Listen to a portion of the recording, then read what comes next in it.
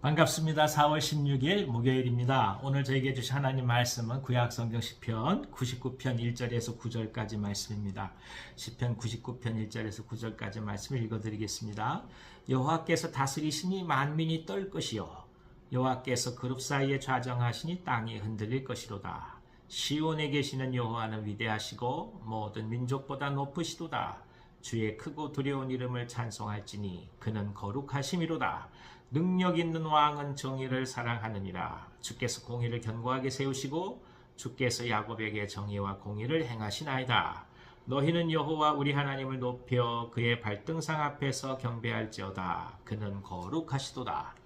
그의 제사장들 중에는 모세와 아론이 있고 그의 이름을 부르는 자들 중에는 사무엘이 있도다. 그들이 여호와께 간구하며 응답하셨도다. 여호와께서 구름 기둥 가운데서 그들에게 말씀하시니 그들은 그가 그들에게 주신 증거와 율례를 지켰도다. 여호와 우리 하나님이여 주께서는 그들에게 응답하셨고 그들의 행한 대로 갚긴 하셨으나 그들을 용서하신 하나님이시니이다. 너희는 여호와 우리 하나님을 높이고 그 성산에서 예배할지어다. 여호와 우리 하나님은 거룩하심이로다. 아멘. 아멘. 오늘 말씀에는 특별히 하나님의 위대하심과 또 대조적으로 인간의 허물 또 유약함이 함께 선포되고 있습니다. 오늘 말씀의 1절에 보면 하나님은 그룹 사이에서 좌정하셔서 땅이 흔들릴 뿐이다. 이렇게 고백합니다. 반면 인간은 어떤 존재입니까? 용서받을 수밖에 없는 존재죠. 그러니까 죄와 사망 앞에서 무기력하게 이 삶의 종말을 향해 달려갈 수밖에 없는 그런 존재라는 것을 굉장히 대구적으로 우리에게 말씀하고 있습니다.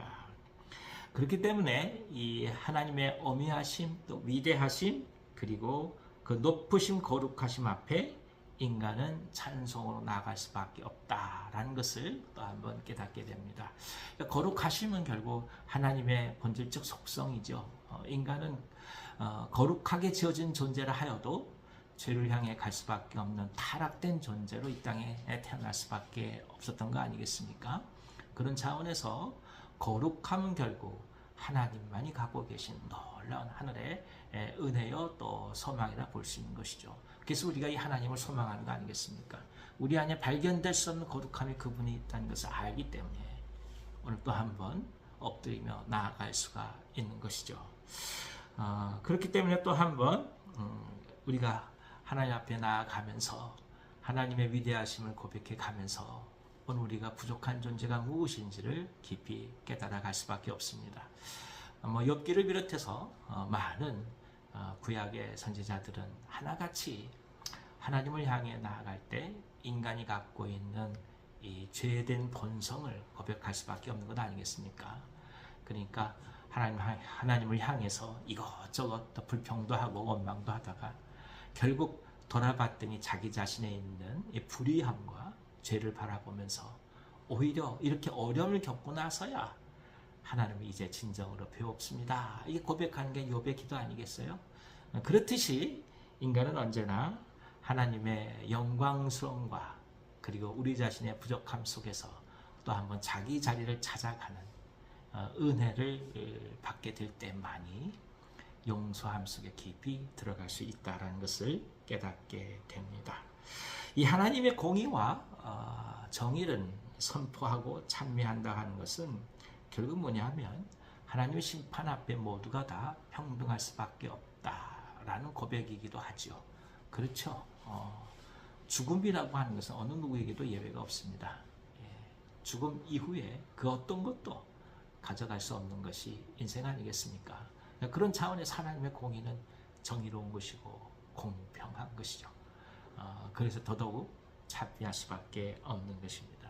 그런데 이 하나님의 공의는 단순하게 심판의 의미만 갖고 있는 것이 아니라 오늘 6절 말씀에 보면 모세, 아론, 사무엘을 기록하면서 여호와께 간구하며 그가 응답하시는 분이다 라고 말씀하십니다. 이것이 중요하죠. 그러니까 간구할 수 있는 분이 하나님이시고 또 그 간구 앞에서 대답하시는 분이 하나님이시다.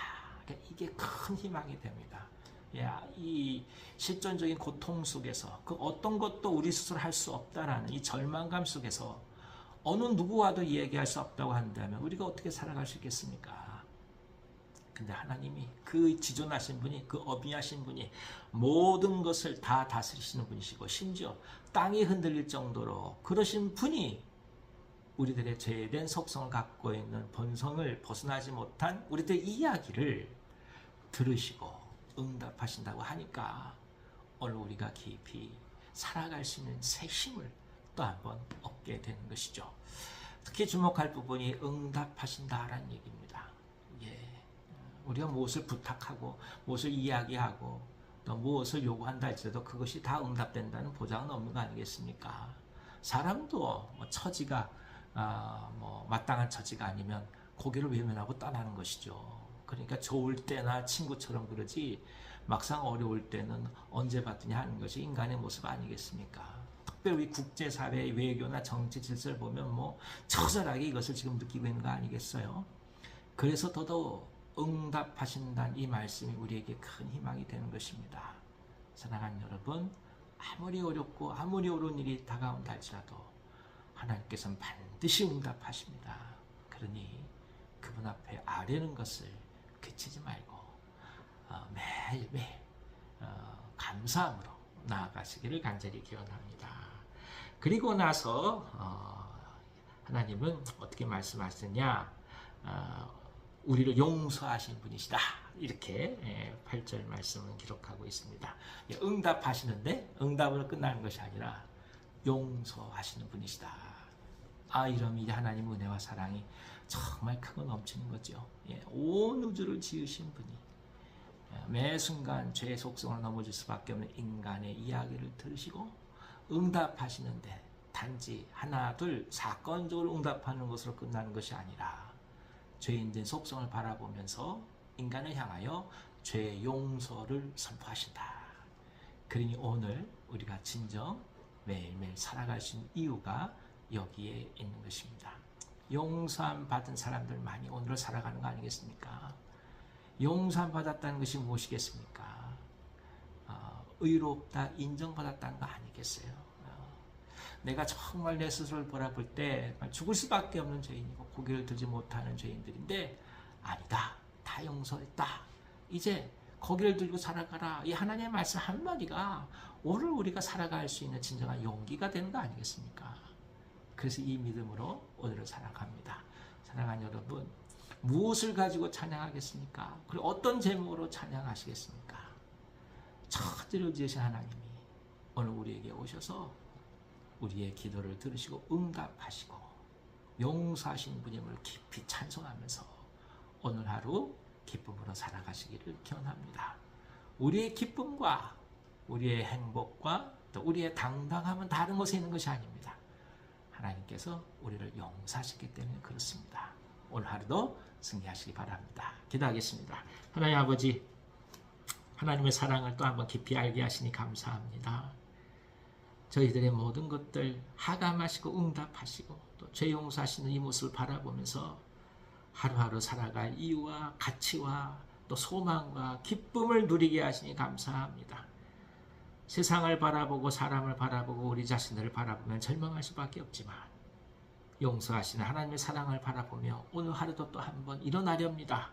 그러니 주님 힘을 주시고 담대함을 주셔서 기쁨으로 활기차게 하루를 살아가도록 역사해 주시옵소서. 환우들을 지켜주시고 은혜 가운데 붙들어 주셔서 하나님께서 함께 하신다는 아름다운 은총이 저들의 심령 깊은 곳에 언제나 새겨질 수 있도록 역사하여 주시옵소서. 예수님의 이름으로 감사하며 기도하옵나이다. 아멘. 아멘. 오늘 하루도 승리하시기 바랍니다.